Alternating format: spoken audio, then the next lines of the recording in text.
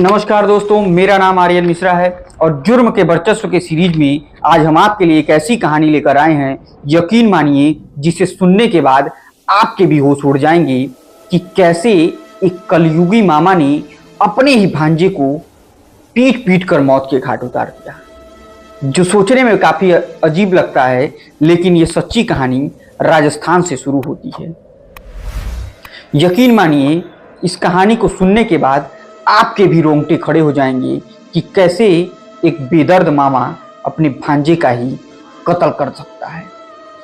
और इसकी पूरी सच्चाई जानने के बाद आप खुद तय करिएगा कि मामा गलत था या भांजा गलत था। तो देर न करते हुए आज की इस कहानी को हम शुरू करें, उससे पहले आपसे एक छोटा सा निवेदन है कि कृपया वीडियो को लाइक और चैनल को सब्सक्राइब करना मत भूलिएगा, क्योंकि इसी आपके एक एक लाइक और सब्सक्राइब से हमारा मनोबल और बढ़ता है।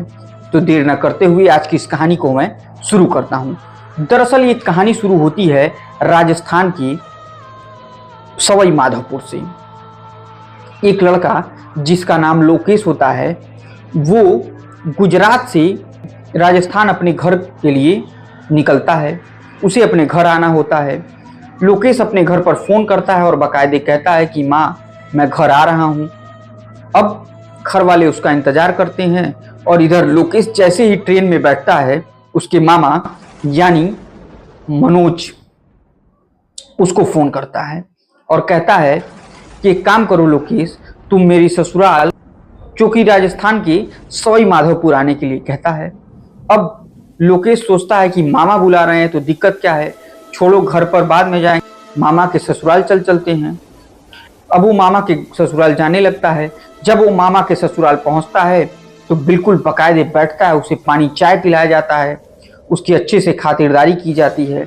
लेकिन कौन जानता था भी ये सब होने के बाद उसके साथ कुछ ऐसा होने वाला है जिसके बारे में लोकेश ने तो कल्पना ही नहीं की थी, और होता भी ठीक वही है।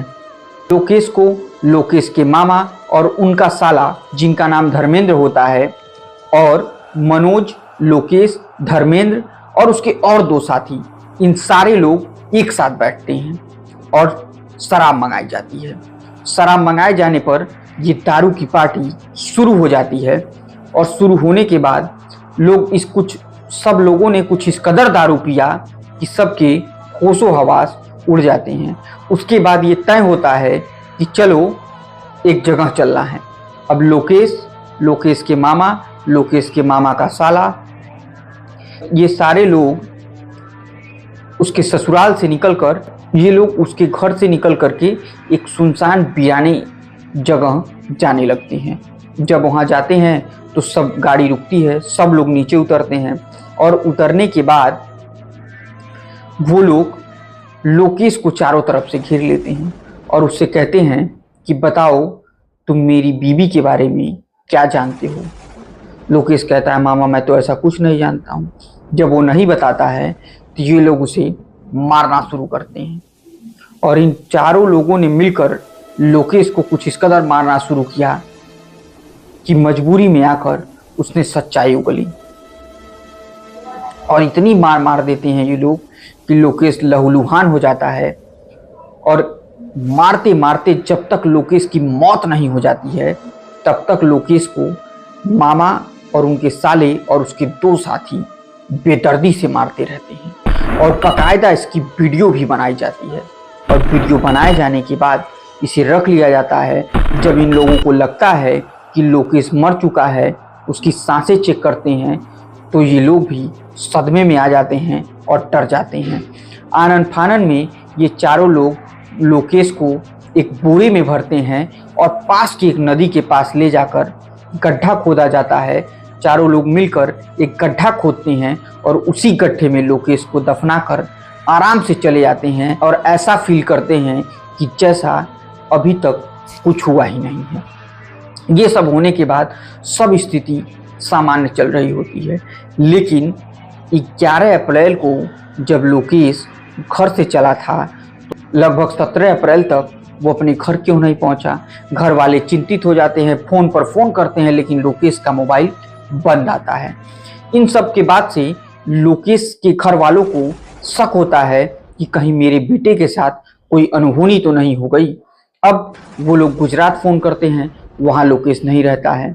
पता चलता है कि लोकेश तो अपने गांव गया है, गांव पर कोई पता ही नहीं। मामा के पास फ़ोन करते हैं तो मामा कहते हैं मुझे तो भी नहीं पता कि लोकेश कहाँ है। अब ये लोग इस बात की जानकारी पुलिस को देते हैं और एक गुमशुदगी की रिपोर्ट पुलिस में कर दिया जाता है। लेकिन इस गुमशुदगी की रिपोर्ट के साथ साथ घर वालों ने मामा का नाम भी लिखवाया था, क्योंकि मामा लोकेश के बारे में जवाब देने से आनाकानी कर रहे होते हैं। अब पुलिस लोकेश के मामा को टारगेट करती है और टारगेट करने के बाद जब तमाम मशक्क़तों के बाद उसे पकड़कर थाने लाया जाता है और थाने लाए जाने के बाद उससे पूछताछ शुरू की जाती है, तो वो इससे साफ इनकार कर देता है कि मुझे नहीं पता है लोकेश कहाँ है। लेकिन पुलिस का अंदाज तो आप जानते ही हैं, वो जो चाहे वो कबूल करा ले अपराधियों से। अब पुलिस बिल्कुल सख्ती से पूछताछ पर उतारू हो जाती है और लोकेश के मामा ने ऐसा चौंकाने वाला खुलासा किया जिसे सुनने के बाद पुलिस के भी रोंगटे खड़े हो गए। लोकेश के मामा ने बताया कि हाँ, मैंने ही और मेरे साले के तो साथियों ने मिलकर लोकेश को मौत के घाट उतार दिया। अब ये सुनते ही पुलिस ने सबसे पहला ये सवाल पूछा कि आखिर तुम लोगों ने लोकेश की लाश को कहाँ छुपा रखा है।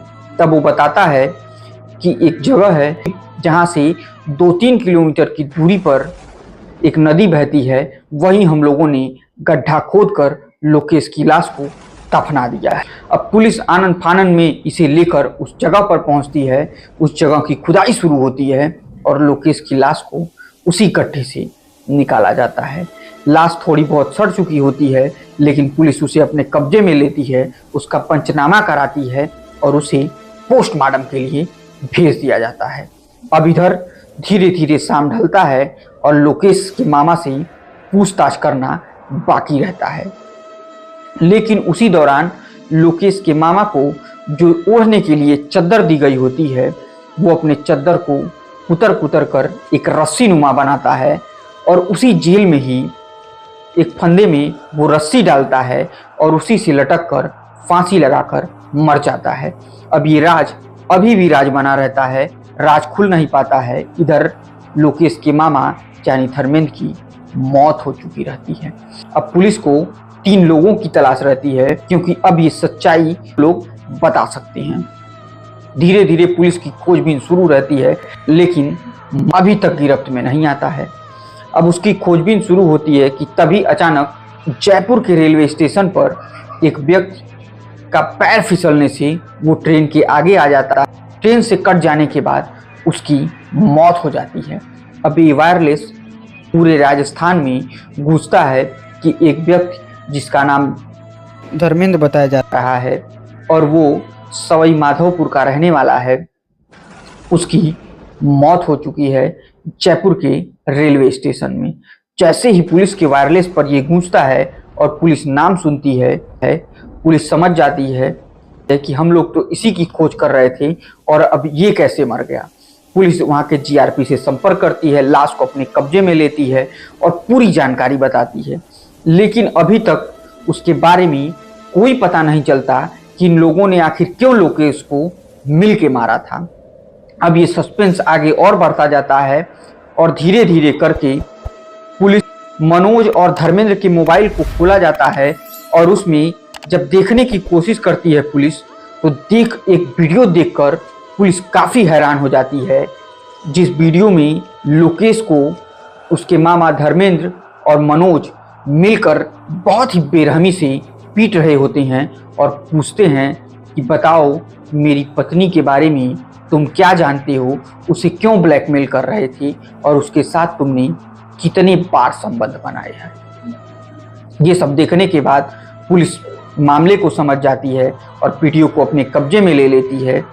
और जब इस मामले का पुलिस खुलासा करती है तो यकीन मानिए इसे सुनने के बाद पूरा राजस्थान चौंक जाता है कि कैसे एक भांजा को अपनी मामी से प्यार होता है, लेकिन मामी का कहना था कि वो उसे ब्लैकमेल करता है और अभी तक उस मामी का कोई पता नहीं है कि क्या पता धर्मेंद्र और मनोज ने लोकेश की तरह उसको भी कहीं ठिकाने लगा दिया है, उसकी खोजबीन जारी है।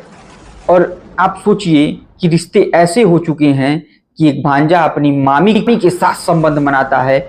उधर मामी का कहना था कि वो उससे ब्लैकमेल करता है, लेकिन सच्चाई क्या है ये तो मामी के मिलने के बाद ही पता चलेगा, क्योंकि रिश्तों को शर्मसार करने वाली ये कहानी कुछ बेहद अजीब है।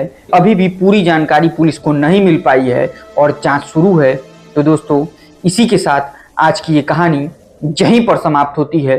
उम्मीद करते हैं ये कहानी आपको बहुत अच्छी लगी होगी। अच्छी लगी तो वीडियो को एक लाइक और चैनल को सब्सक्राइब और दोस्तों के साथ ये स्टोरी शेयर करना भी मत भूलिएगा। कहीं ऐसा तो नहीं आपके बीच में भी कोई लड़का अपनी मामी को दिल दे बैठा है, तो उसे ये वीडियो शेयर करना मत भूलिएगा। तब तक के लिए जय हिंद, जय भारत।